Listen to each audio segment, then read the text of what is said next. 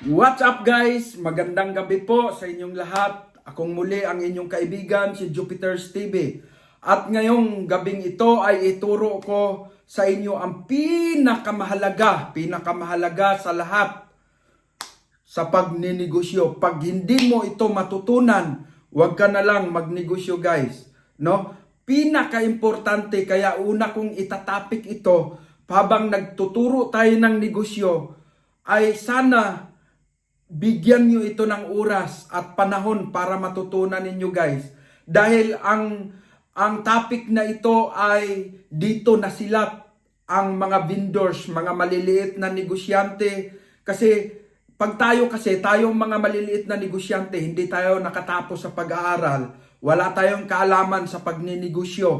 No? Wala tayong ganong kaalaman, by experience lang ang lalo na ako, ang alam ko by experience. Wala tayo ang aking pagtuturo, wala nung dilibro, no? Easy lang ang aking pagtuturo, by experience ang aking karanasan sa pagninegosyo, aking itawid sa inyo guys, no? Kaya napaka-importante, nagtuturo ako sa inyo ng negosyo, pero pag hindi ko ito ituturo, babagsak at mababangkrap kayo guys, no? Mababangkrap kayo, maniwala kayo sa akin. Kasi itong ganitong topic na ito ay nasilat dito ang karamihang mga vendor, karamihang mga negosyanteng mga maliliit, kahit malaking negosyo, pag wala ka nito, babagsak ka. Guys, sa akin nyo lang ito maririnig. Hindi nyo, kahit i-search ninyo sa YouTube at sa mga nagtuturo, kasi karamihang nagtuturo kasi mga ano yan mga professional sila mga by libro sa kanila by book. Sa akin guys, ngayon nyo lang ito maririnig. Sa akin nyo lang ito maririnig guys. At hindi nyo mahirap intindihin ito. Dahil ang nagtuturo naman ay abot kayo dahil pareho tayo walang pinag-aralan. Pero ito, napakagandang topic ito, pinaka-importante, kaya huwag kayong mainip. Wag kayong mainip. Panoorin ninyo ito guys dahil ito ay napaka-importante. Talagang napaka-importante ito. No? Guys, ang budget management, ang paghahawak ng pira sa kita mo sa pagbibindor, pagninegosyo, napaka-importante. Iyan ang tutukan ko muna ngayong gabi. Ito yung topic natin ngayon. Bukas, mga negosyo naman ang ituturo ko. Isiningit ko lang ito dahil napaka-importante kasi nabasa ko sa mga comment, may mga sumasabak na sa negosyo. Pero guys, bigyan nyo ito ng panahon. Bigyan nyo ito ng panahon. So, aralin na natin, umpisahan na natin guys. Mag-umpisa tayo doon sa ang batayan nating negosyo ay pakbet. No, doon tayo kukuha ng base. Kaya panoorin ninyo yung pakbit ko na naka-upload na. Panoorin nyo dahil yun ang pinakahalimbawa ko sa budgeting. Halimbawa guys, ang negosyong pakbit, kaya kumita ng 2,000 malinis. Malinis ha, kasi bumibinta ako ako lang mag-isa ha. Bumibinta ako ng 5,000, 6,000. Ang tubo ko dun guys, higit sa kalahati sa pakbit. No? So, bumibinta ako ng 5,000, 6,000. Magkano ang sa akin? So, wag na nating isipin muna yon kung ikaw ay nakakalahati. Ipalagay na lang natin sa pinakamababa, guys. No? Pero panuorin nyo rin yung pakbit ko na dito in-upload para may guide kayo kung paano. Kasi iyon ang gagawin nating halimbawa, paano mag-budget ng kita. Mag-budget ng kita sa negosyo. Kahit anong negosyo mo. Pakbit ba yan? O gulayan ba yan? O fishball ba yan? Ito ang pinakabatayan. Kumuha lang ako ng halimbawa sa isang negosyo na ang kita ay 2,000, pinakamababa. Malinis yun ha, malinis guys. Pero panoorin nyo na rin yung YouTube ko na naka-upload na pakbet. Kasi napakagandang negosyo kung paano kumita ng 2,000 malinis. Panoorin ninyo yon. Ngayon guys, mag-umpisa tayo. Ang pakbet kumikita ng 2,000 malinis. Pinakamababa. Halimbawa, buminta ng 5,000. Halimbawa na lang, sa pinakamababang tubo, 2,000. So magbis tayo sa 2,000 malinis na kita. Guys, ito, kung ang kapital mo doon sa Pakbit ay, halimbawa, 2,000 ang kapital mo. So, halimbawa, ang 2,000, buminta ka ng 4,000, iniwalay mo yung 2,000, kapital yun. So, yung tubo mo, 2,000 guys. No? 2,000, labas ang gasolina ng motor, labas na yung expenses ng gasolina kapag iikot mo sa pagsisigaw mo ng Pakbit. Ngayon guys, pasok tayo sa ating pinakamahalaga. Ano ba yung pinakamahalagang budgeting na yan? Doon sa 2,000. No? Guys, ito. Kuha ka ng ballpen, ilista mo. Huwag kang mainip, huwag mong i-scroll. Pabayaan mo yung ibang YouTube na may mga nakita kang maganda ang thumbnail niyan. Huwag kang magulat. Jupiter's TV panoorin mo dahil malaking tulong ito sa pagninegosyo mo. Guys, ito na. Ang pinakamahalaga ay 4 na klaseng paghihiwa-hiwalay sa pera. Tandaan mo yan. 4 na klaseng paghiwa-hiwalay sa pera. Araw-araw mo ito gagawin. Ano ito? Ano ito guys? Kumuha ka ng ballpen ha. Manood kayong 2 mag-asawa tapos pakinggan nyo. Pwede nyo ulit-ulitin. Para maunawaan nyo kasi dito kayo masisilat. Kung papasok, kung nagka-interest kayo sa pagninegosyo, tiyagain yung panuorin ito para hindi kayo masilat, hindi kayo mabankrupt. Kasi guys, ako, successful ako, milyonaryo ako na pagtitinda, pagbibindor. Kaya ituturo ko sa inyo. Ituturo ko kung paano pagmamanage sa pera para hindi nyo ako sisihin. Sumaba kayo sa isang business. Na-bankrupt kayo. Sumunod kayo sa akin pero na-bankrupt kayo. Meron akong hindi na ituro sa iyo. Ito yon, ituturo ko na para hindi kayo ma-bankrupt, hindi kayo masilat. Guys, ang paghati-hati sa pira mo, 4 yon. Halimbawa, kung ang binta mo sa isang araw, 4,000, pinakamababa. Naglinis ka ng 2,000, pinakamalinis yon. Ang kapital mo doon sa 4,000 ay mga 1,800. Ginagasolina mo yung 100 o 200. May malinis ka na 2,000. So, pagdating mo sa bahay mo, ihiwalay mo na agad yung 2,000. 1,800 na kapital. Ihiwalay mo yung 1,800 na kapital. Kinuha mo rin yung panggas mo, kasama sa computation mo. So, may 2,000 kang natitira. Ngayon, meron akong 4 na ituturo. Ano ito? Ilista na ninyo. Guys, inuulit ko, ilista na ninyo. Please lang. Para hindi kayo malingat. No? Ano itong 4 na ito?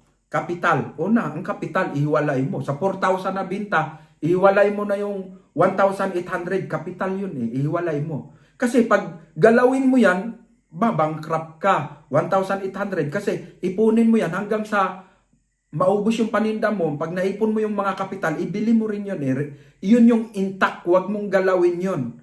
Kasi kapital yun eh. Iikot lang yun. Iikot. Ngayon, pangalawa na paghihiwalay sa pera ay savings. Savings. Pwede ring unahin natin yung regular expenses. Ang sunod sa kapital, ano? Take note, tandaan niyo, ang sunod sa kapital ay regular expenses. Ano tong regular expenses? Ipaliwanag ko muna pala yung kapital. Ang kapital, iyan yung ipamili mo. Iyan yung umiikot sa negosyo mo, kapital. Ngayon, sunod na paghihiwalay mo ay regular expenses. Napaka-importante ito, guys. Regular expenses, no? Napaka-importante ito, regular expenses. Napaka-importante ito, regular expenses. Napakalaking importante nito, regular expenses. Napakahalaga na ang regular expenses sa bahay mo ay ilista mo. Magkuha ka na ng ballpen. Ano ba yung regular expenses? Ang regular expenses, sa ayaw at gusto mo, mawawala sa'yo yan. No? Sa ayaw at gusto mo, mawawala obligasyon, obligasyon na isegregate mo yan dahil hindi pwedeng hindi mo ma-release yan dahil halimbawa, pagkain, food, regular expenses yan guys. Ha? Regular expenses. Kaya regular expenses yan dahil kakain kayo almusal, tanghalian, hapunan. Pagkain ng bata, baon ng bata, baon. Ilista mo lahat yan. Baon sa school. Tapos ilista mo rin yung pagkain, gatas ng bata. Gatas ng bata, diaper, ilista mo din. Ilista mo. Tapos, ang pagkain ninyo, ilista ninyo, nakalista na. Diaper, kuha kayo ng ballpen ha. Diaper. Tapos, rent ng bahay. Renta sa bahay. Kuryente. Yan yung mga regular expenses kasi hindi pwedeng hindi mo babayaran, didilim kayo, puputulan kayo. Kaya sa ayaw at gusto mo, ilalabas mo yan. Kuryente, babayaran mo yan. Tubig. Yan yung mga regular expenses, guys. No? Yan yung pinaka-importante, regular expenses. Dapat maitotal mo yun. Halimbawa, mag-compute kayo, almusal, magkano ang expenses natin. So, mag-usap kayong mag-asawa. Magkano ang regular, magkano ang almusal natin, magkano ang tanghalian, magkano ang hapunan. No? Ito ay kung aatake ka sa pagninegosyo. Kung aatake ka sa pagninegosyo, ito ang gagawin mo. No? Ano ito? Regular expenses. Pagkain, almusal, tanghalian, hapunan, magkano? O, 'di ba? Almusal, tanghalian, hapunan, magkano 'yon? Magkano? So, ilista mo. Halimbawa, ang pagkain, almusal, tanghalian ay 300. 300. Pagkain, almusal, budget yan. Kailangan may budget ka. No? 300 yun, pagkain. At saka, kasi almusal, paano-ano lang kayo. Tapos, baon sa mga bata, ipalagay na lang din natin, ay 30. No? 30. Ito ay halimbawa lang ha. Para lang matuto kayo, gatas ng bata. Ganyan, diaper. Sa madaling salita guys, in short, ay umaabot ng 650 pesos. Ilista nyo, 650 pesos ang regular expenses mo. So, nalista mo na lahat. Kung ano yung nilista mo, yun yung regular expenses mo. Nagets ninyo? Take note ha, tandaang mabuti. Ako ay walang pinag-aralan kaya dapat maingat kayo. Ang pagtuturo ko ay hindi ito by book, by experience at my own, diskarte. Diskarte ang itinuro ko sa inyo. Wala ito sa basta 650 ang expenses mo sa regular expenses. Tandaan ninyo ha. Pangatlo, ano yun?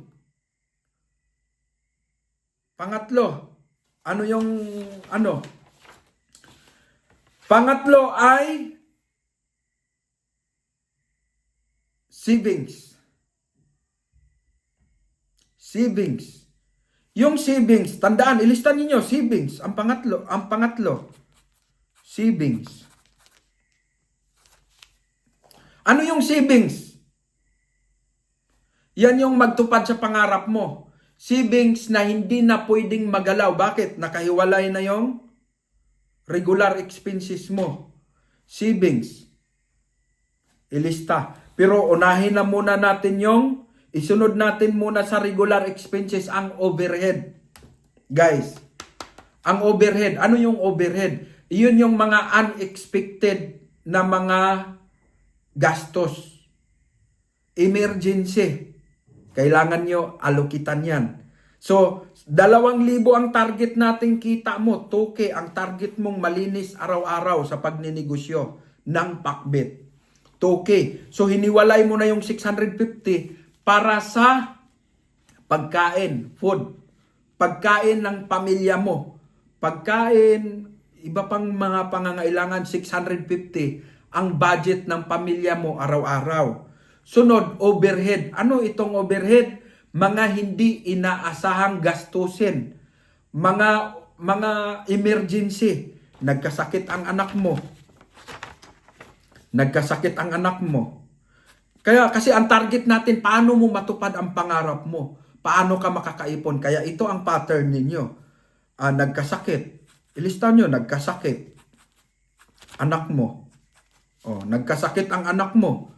Or nilalagnat ka, natindiro, nagtitinda ka, pero nilalagnat ka, di ka makapagtinda, sobrang sakit ng ulo mo, nilalagnat ka. Or naplatan ang motor mo, naplatan. Siyempre, hindi ka makapagtinda kung ang motor mo ay flat. Kailangan mong ipa-vulcanize.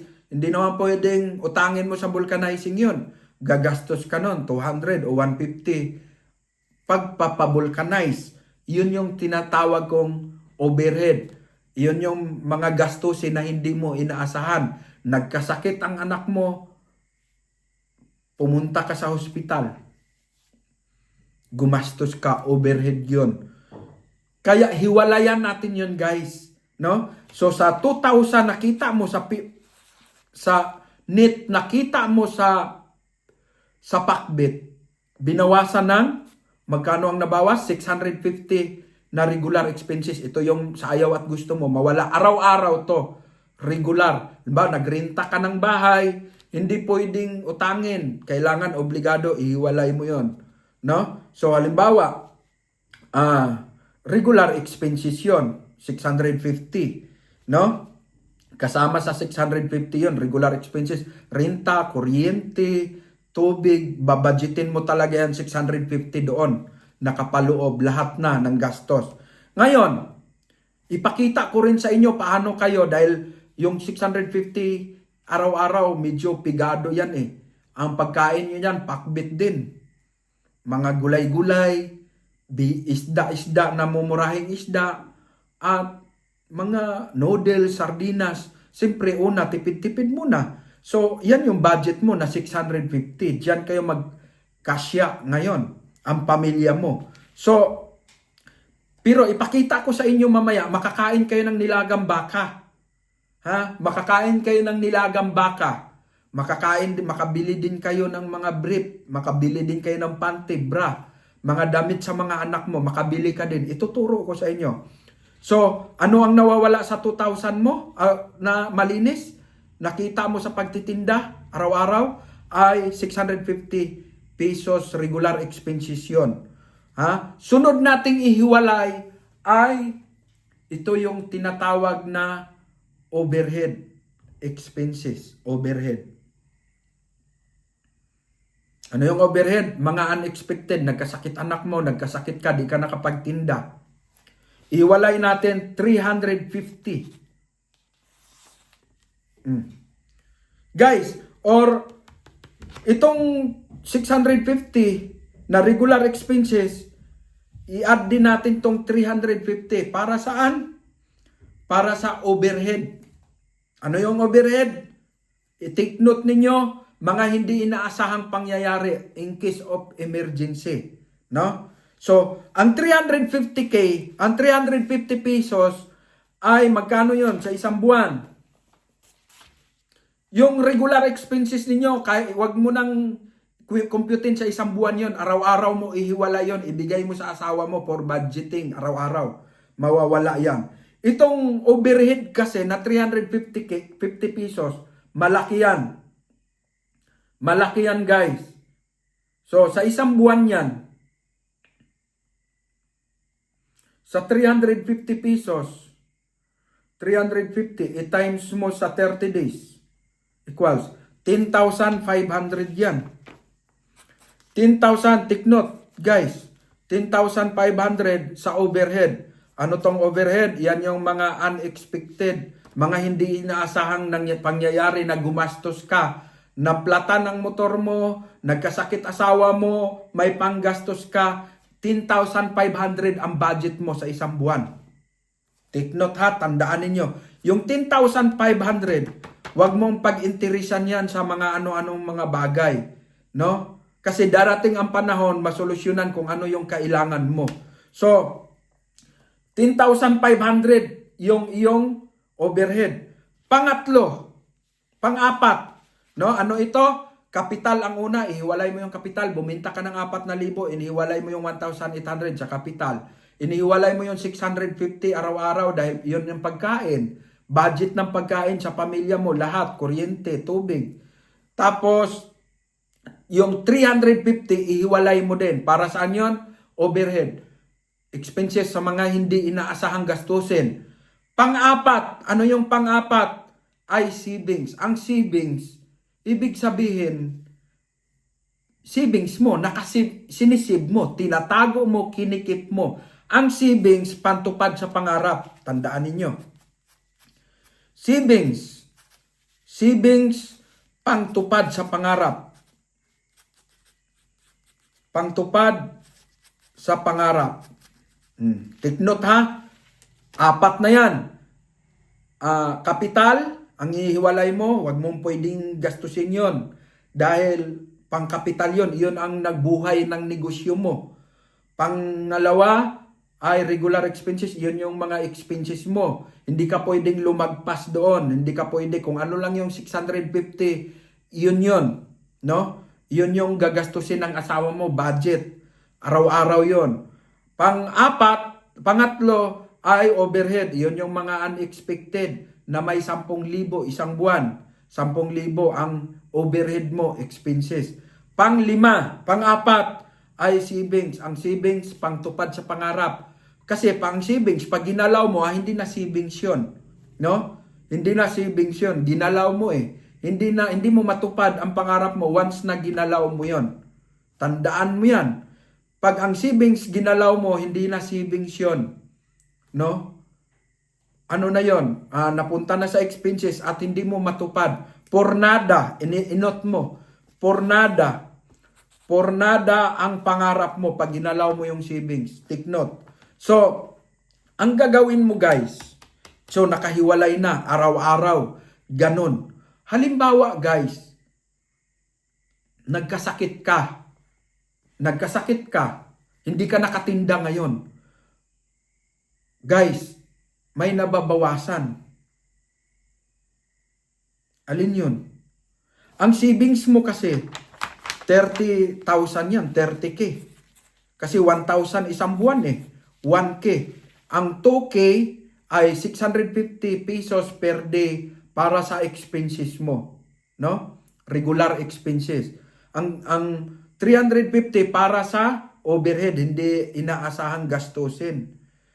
Tapos ang savings mo 1,000 per day para sa pangtupad sa pangarap mo. Yan yung pinaka-target mo. Araw-araw mo gagawin yan. Guys, halimbawa nagkasakit ka, hindi ka nakatinda. 'Di ba? Hindi ka nakapagtinda kaya ang utos ko talaga, ang motivation ko talaga, umulan, umaraw, bumagyo, magtinda ka. Magtinda ka, ganun ang ginagawa ko, kaya ako yumaman. Magtinda ka kasi pag hindi ka magtinda, 'di ba may nawawala sa iyo araw-araw? Ano 'yun? Yung regular expenses. Di mo napansin 'yun. Kaya kung ikaw magnegosyo ka, kuyakoy ka, magtinda ka lang kung gusto, yun ang dahilan bakit ang mga vendor hindi umasinso. Kasi papitiks-pitiks, ang Jupiter's TV ang ituturo sa iyo katotohanan. Yung totoo ang ituturo sa inyo. Saan mo kukunin yung regular expenses mo? Nagkasakit ka, hindi ka nagtinda. Saan mo kukunin yung regular expenses mo? Yung 650. Sayaw at gusto mo kasi araw-araw yun. Di mo pwedeng sabihin sa anak mo, anak, wala mo nang kakain dahil may bagyo. Di makipagtinda si Papa. Pwede ba yun? Hindi. Wala mo nang mag-almusal tanghalian hapunan ngayon dahil may sakit. Pwede ba yun? Hindi. Wala mo nang magbayad ng bahay. Di mo na magbayad dahil hindi makapagtinda dahil may bagyo. Pwede ba yun? Hindi. Palayasin ka sa bahay mo. Kahit sa kuryente, hindi mo na tayo magbayad. Sabihin mo sa Meralco, di mo na tayo magbayad kasi walang pasok ako. Pwede ba yon? Hindi, puputulan ka ng kuryente or tubig. So, di ba nakita nyo na gaano kahalaga ang araw-araw mo na pagtitinda? Gaano ka-importante ang araw-araw mo sa pagnegosyo? Napakahalaga nun. Halimbawa, may sakit ka, kaya kung yung mag-absent ka sa pagtitinda, yung pinaka-worst na talaga na may sakit ka. Ngayon, guys, tuturuan ko kayo. Halimbawa, hindi ka nakapagtinda ngayon. Halimbawa, nagtinda ka 1 linggo. Magkano na yung 1 linggo mo? O 1 buwan. Sa 1 buwan, dumating ang 1 buwan, sa pagtitinda mo, may 10,000 ka na naipon dahil yun yung overhead. Makita ninyo kung gaano ka-importante ang papel ng overhead, guys. Sumasaklulo siya. Yun yung pinaka-pattern mo. Yun yung ang tawag nito, Gantt chart. Yun yung pinaka-diagram mo. Parang trade. Yun yung pinaka-trade mo, pinaka-release. Na pag bumaba yun, matataranta ka, kailangan mo siyang iangat. Yun yung controller mo. No? Pinaka-control. Halimbawa, hindi ka nakapagtinda ngayon. Sa loob ng 1 buwan, nakaipon ka ng 10,000. Halimbawa halimbawa, hindi ka nakapagtinda. Guys, saan mo kukunin? Dahil nagkasakit ka, hindi ka nakapagtinda. Saan mo kukunin ang expenses mo? Sa 650 araw-araw dito sa overhead. Yan yung papel ng overhead. Hindi ka nakapagtinda 2 araw. Saan mo kukunin ang pagkain mo? 1,300 na yon. 1,300. Kita mo kung gaano ka-importante, gaano sinipsip yung pira mo pag hindi ka nakapagtinda. 1,300 na kaagad yun sa regular expenses pa lang. No? Kaya iyon ang papel ng overhead. Pwede siyang masimot, pwede ganun-ganon lang siya, guys. Nakita nyo, ganun-ganon. Pwede siyang ang matira 1,000 na lang. Bakit? Araw-araw kasi may target ka eh. Ngayon, yung 10,000 mo na overhead, 2 araw ka nagkasakit. Bawasan mo yon ng 1,300 kasi 650 regular expenses. Araw-araw ang asawa mo kukuha ng 650 doon sa overhead. Nagkasakit ka uli, bukas di ka pa rin nagtinda, masakit pa katawan mo. 650 uli, kukuha na naman ang asawa, 1,300 na. Di siyempre, iangat mo din yung 2 araw mo na hindi ka nagtinda, magkano ang sa savings? Tagi 1,000 yun, 2,000. Kasi siyempre, ang target mo din sa savings mo, 30,000 1 buwan. Di ba? So doon mo makikita ang laro ng overhead. So yung 1,000, yung araw-araw, 2 araw ka hindi nakapagtinda, yung 2,000 iakyat mo sa savings. So halimbawa, sa 1 buwan, may 30,000 ka na, tapos bigla kang nagkasakit 2 araw, yung 2 araw, iakyat mo din sa savings, di may 32,000 ka na sa savings. Yung absent mo, doon mo kukunin. Kaya yun ang papel ng 10,000 mo na overhead. Diba? So ngayon, yung 10,000, nabawasan na siya ng 1,300. 2 araw na pagkain, regular expenses, nabawasan pa siya ng 2,000. 2,000 na savings. Guys, nakita nyo na ang papel. Pinakita ko lang sa inyo ang papel. Ano ang papel nung overhead? Kaya tayo naghiwalay. Guys, sa overhead, halimbawa sa 1 buwan, naka 10,500 ka. Naka 10,000 kasi yun, 350 hiniwalay natin. Doon mo ngayon sa 1 buwan, doon ka magdesisyon, guys. Ano pa ang papel nung overhead? Pwede ka bumili kasi 650 ang dili mo eh. Pwede kang patikimin mo naman yung asawa ng pamilya mo ng nilagang baka, doon ka kukuha sa 10,000. Nakita nyo ang papel ng overhead? Doon ka dahil walang nagkasakit eh. Walang nagkasakit sa pamilya mo. Hindi nabawasan yung 10,000 sa overhead. Bawasan mo ng kaunti para makatikim ng masarap na pagkain ang asawa at mga anak mo. Bili ka ng nilagang baka, bawasan ang budget nyo na 650, bawasan mo, dagdagan mo ng 300 para makabili kayo ng isang kilong baka na may mga rekado, makasigop kayo ng sabaw. Nakita ninyo? So, sa pag-budgeting natin, guys, makita ninyo yung balancing. Pwedeng makabili kayo ng pagkaing masarap. Pero hindi lagi kasi kontrolado yan eh. Dito kayo nag-base sa overhead eh. Halimbawa, so, 10,500. Halimbawa, nabawasan na yon 9,000 na lang dahil binawasan kung ano pa ang ibinawas ninyo. Naplatan ka ng mga panahon sa isang buwan, naplatan ka doon. So ipalagay na lang 900. So tumakbo uli yung isa pang buwan. Tumakbo uli yung isa pang buwan. Nadagdagan na naman ng 10,500. Yung 9,000 mo na nabawasan ng isang buwan, nakaraang buwan, 9,000, nadagdagan na naman 10,500. Walang nangyari. 19,000 na guys. Doon ka ngayon mag-isip na, sweetheart,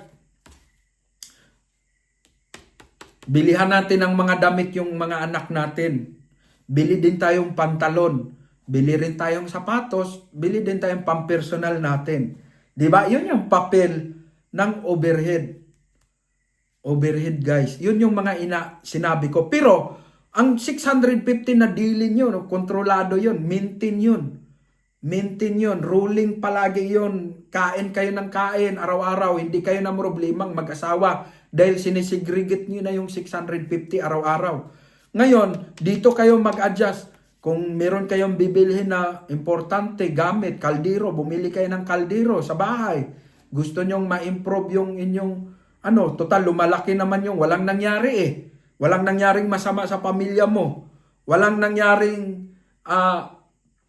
mga di maganda. Wala kang pinagkagastusan doon sa overhead.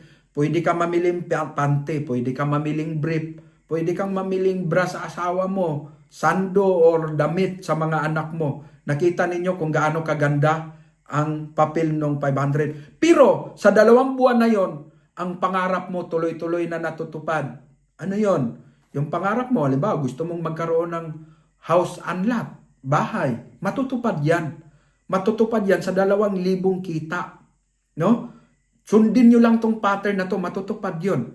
Halimbawa, sa 10 buwan, magkano yung 30,000 sa savings mo? 300,000 yun guys. 300K. 300K, di ba? Napakalaki. May katuparan ba ang pangarap mo? Meron. Bakit? Meron kang balance sa budget mo eh. Meron kang balanse sa budget mo. Ang 30,000 mo monthly ay iniingatan mo na wag kasi savings yun, wag magastos. So umabot na ng 300,000 ang 10 araw, ang 10 buwan mo. Sa isang taon 360K ang isang taon mo sa savings mo. Nakita ninyo? 360 sa 3 taon. 3 years. Sa 3 years ay 1,080,000. Nakita nyo guys? Milyonaryo ka na sa loob ng 3 taon. Milyonaryo ka na in 3 years. Nakita nyo na? Naabot ba ninyo ang inyong pangarap? Naabot. In 3 years na pagsisikap. Naabot ninyo ang inyong pangarap in 3 years na pagsisikap. Bakit? May savings ka na hindi ginalaw. Bakit? Meron kang tamang segregation sa iyong pera. Meron kang sinusundang pattern. Meron kang guide. No? Halimbawa, hindi ka nagtinda, lumalaki na yung halimbawa, umaabot yung sa 3 years na yon, nagkasakit, hindi ka nakapagtinda ng 3 years, magkano din yon? Sa 3 years, 36 months. No? 36 months.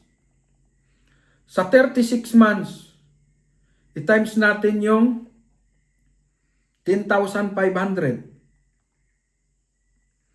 378,000 yun. Iyon yung mapupunta sa overhead mo.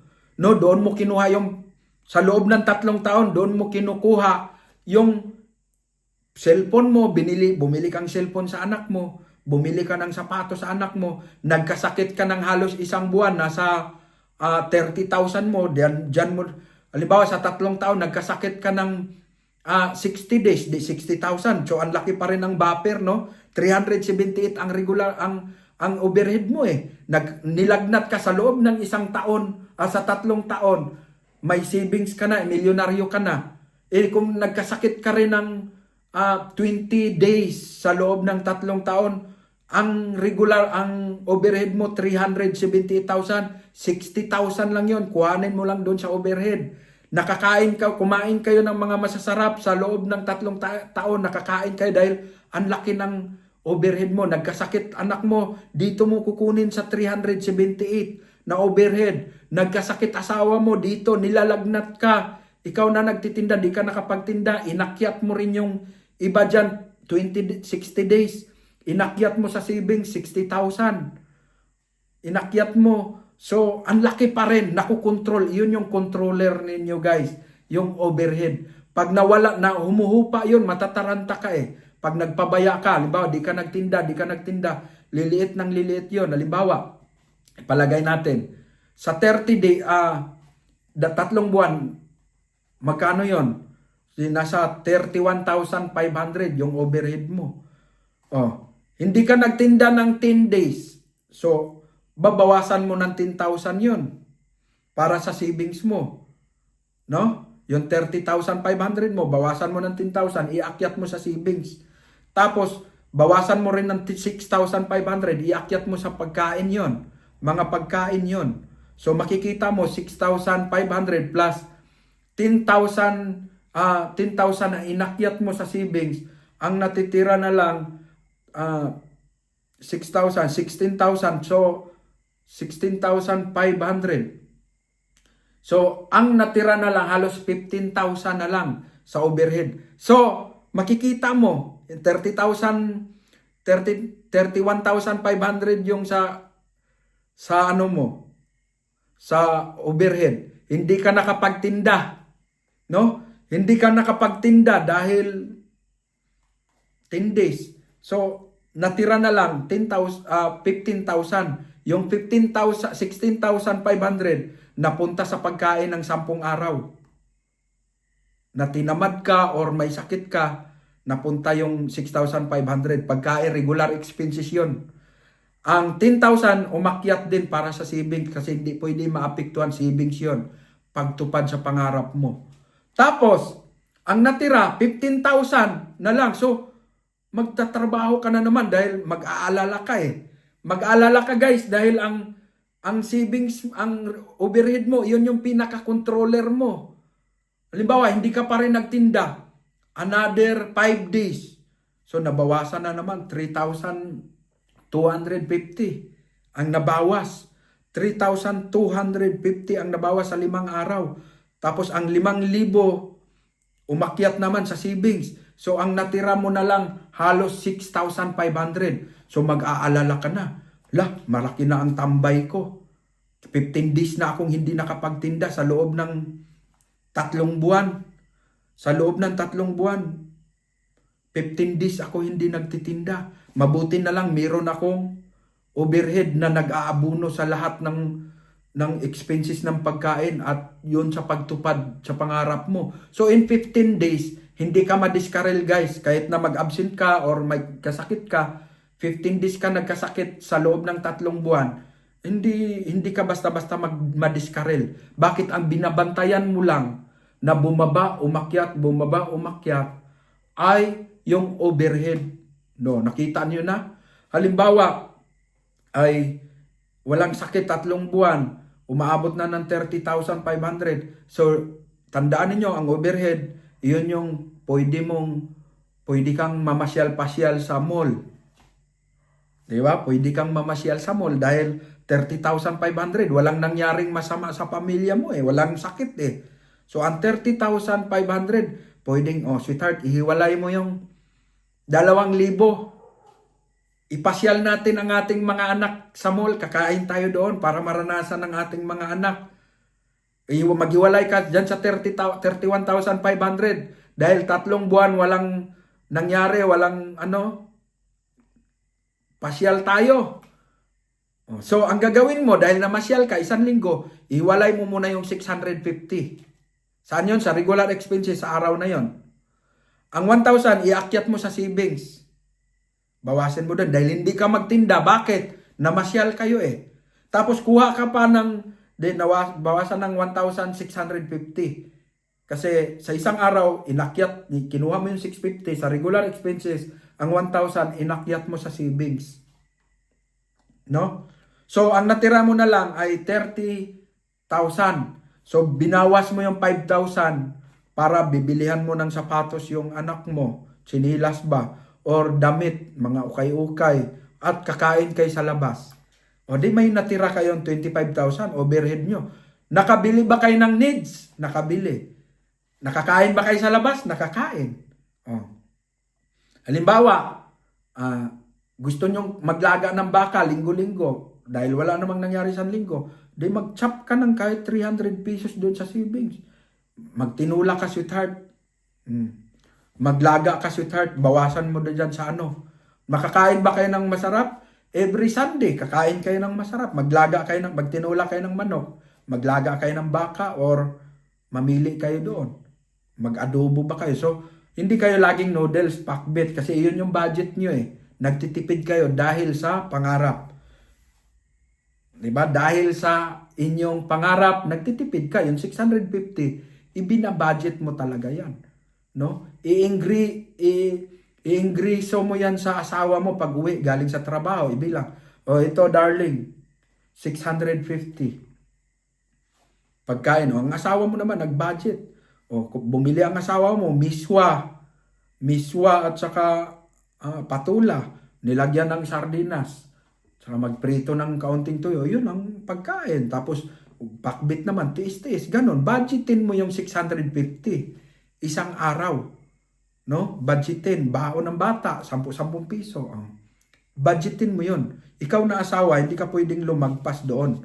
Kasi nga, may pangarap kayong mag-asawa na matupad, na need ninyong matupad. Kaya sundin ninyo na naintindihan nyo ba guys? 4 na klase ang kapital, yun yung umiikot.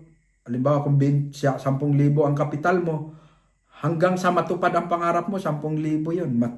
Tuloy-tuloy, nandoon pa rin yun na umiikot. Kasi yun ang pinamili mo lagi. Yun ang nag-recycle. Ikot-ikot lang yun, 10,000 hanggang sa milyonaryo ka na, 10,000 pa rin umiikot, nandoon pa rin yun. Hindi mo ginagalaw. Hindi mo kasi kapital yun. Tapos, umiikot lang yun. Sunod, regular expenses. Sa ayaw at gusto mo, yung regular expenses, mawawala sa'yo yun. Yun yung pagkain, kuryente, tubig, pamasahin ng anak mo, baon ng anak mo, nandyan. Sa 650, pagkain ninyong mag-asawa maghapon. Ang overhead, pangatlo, overhead. Ano yung overhead? Yun yung pattern mo na yun yung mag-signal sa'yo na pwede ka nang kumain ng masarap dahil lumalaki ang iyong overhead, ipon. Malaki, ito, pattern. Ito din ang mag-signal. Ang overhead, yan ang mag-signal kung kailangan nyo nang bumili ng sapatos, pantalon, or mga gamit, kaldero, plato. Ito, overhead yun. Lumaki, sweetheart, ang ating overhead. Wala tayong planggana, bili tayong planggana, kuhanin mo dyan. Yun din, pag lumiit yun, matataranta ka. Kailangan mong magtrabaho ulit para madagdagan. At kasi pag hindi ka nagtinda, yung overhead, pang-abono mo rin yun. 1,000 ng 1,000 yung daily ng savings mo. Aakyat din yan sa savings. 1,000 ng 1,000. Di ka nagtinda ng 2 araw, mababawasan yung overhead ng 1,300, 650 per day. Doon sa regular expenses, mabawasan din pa siya ng 2,000 para sa savings. Lumiit siya, matataranta ka ngayon dahil lumiit eh. Kailangan mo pa rin magtinda. Yun ang pinaka-guide mo pattern, ang overhead. Ang pang-apat ay savings. Ano yung savings? Pangtupad sa pangarap mo. Matupad ba ang pangarap mo? Matutupad. Basta makinig ka sa Jupiter's TV.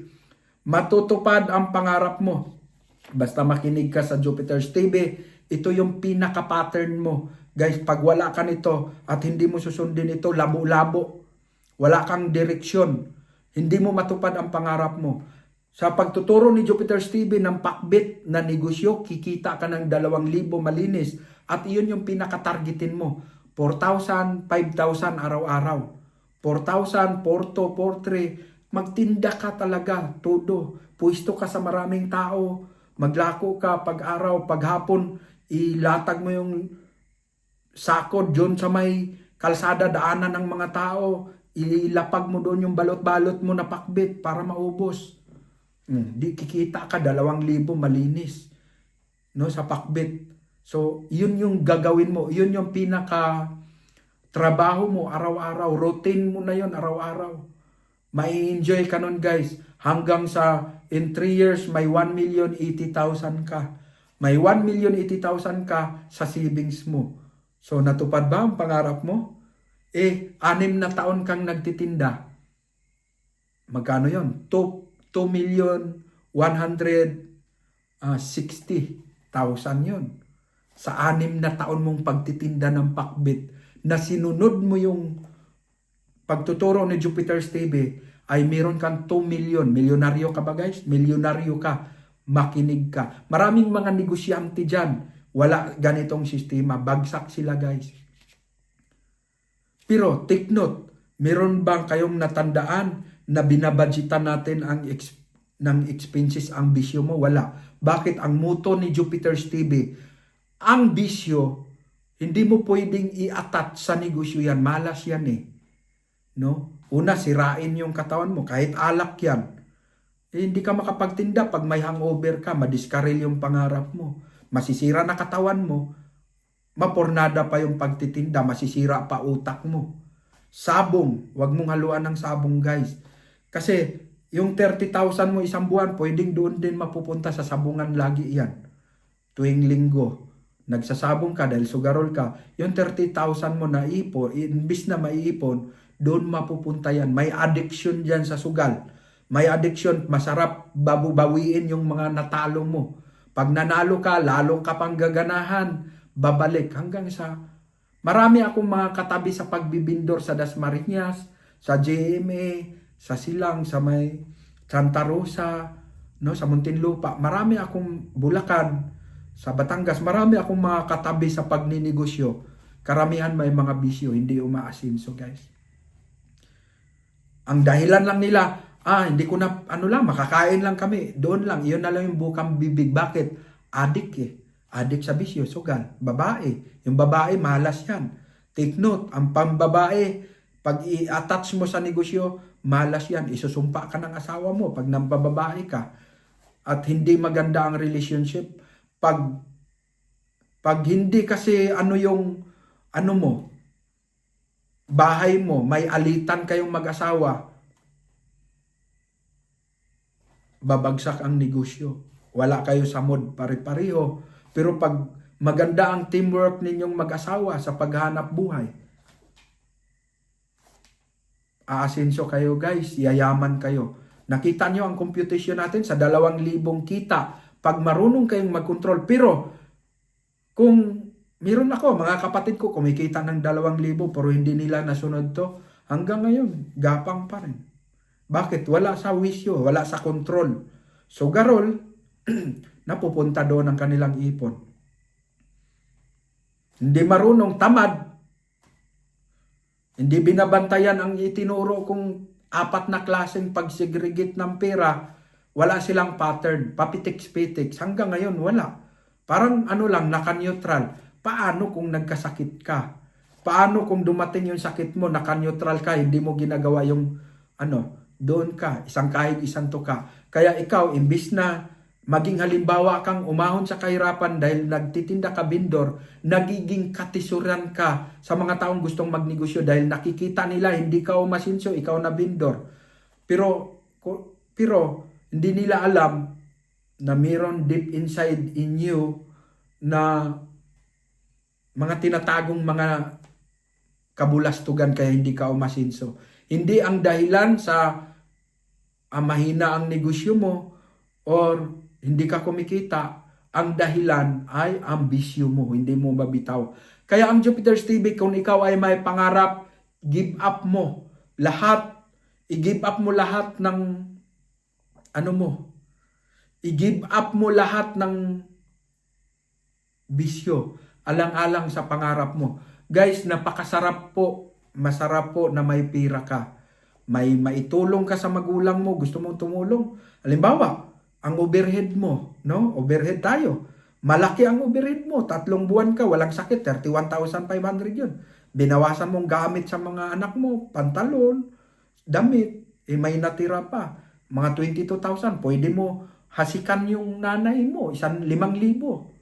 Pampagana din sa negosyo yun, pampakati yun, kumbaga pampasigla lalo sa negosyo. Kasi masaya ka pag nakatulong ka sa magulang mo. Saan mo kinuha yung pambigay mo sa magulang? Sa overhead. Malaki ang overhead mo, magpasya ka, bigyan mo ang mama mo ng 5,000, biglaan, tuwan-tuwa yun guys. So nakakatulong ka ba sa magulang mo? Sa pagtuturo na Jupiter's TV ng sistema sa paghawak ng pera, ay nakakatulong ka sa magulang mo. Correct? Correct. Bakit? Tinuro din ng Jupiter's TV, nabigyan mo magulang mo. 5,000. Dahil 30,150 yung 3 buwan mo, walang nangyaring, walang sakit eh. So malaki yun, 30,000. So bigyan mo magulang mo. Magulang mo yun, bigyan mo ng pagkain din sa kanila. Or mas maganda nga, bigyan nyo din sila ng yung 5,000, i-divide mo sa 4. 1,250 yun. 1,250 yun. I-weekly mo na ang magulang mo, ang nanay mo, tatay mo. I-weekly mo na sila, bigyan mo 1,250 regular, weekly. Ganun ang ginagawa ko sa magulang ko. Binibigyan ko sila 12,000 isang buwan. Bahala na sila doon. Ang bilin ko lang, kumain kayo ng masarap. Yun lang, lagi kong bilin. Huwag nyong ibisyo, huwag nyong isugal.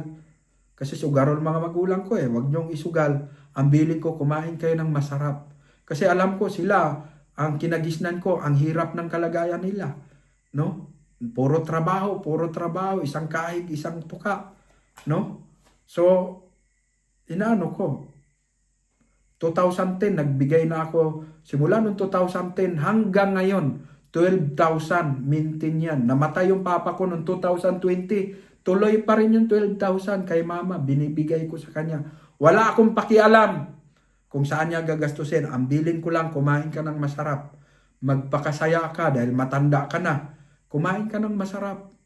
Kumain ka, bili kang apple, prutas. Yung hindi mo naranasan noon na dahil mahirap lang tayo, kainin mo na ngayon. Mag-ano ka dyan. O, di ba guys, nakakatulong ka ba?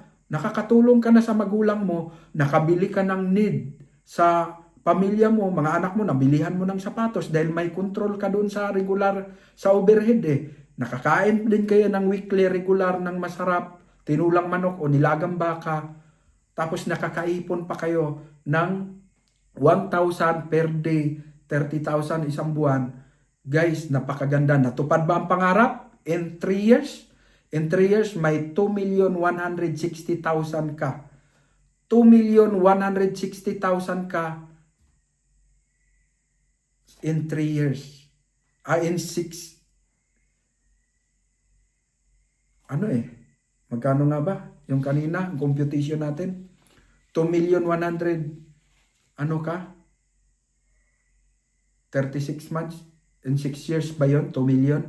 Mayroon kang 2,160,000 in 6 years na naipon.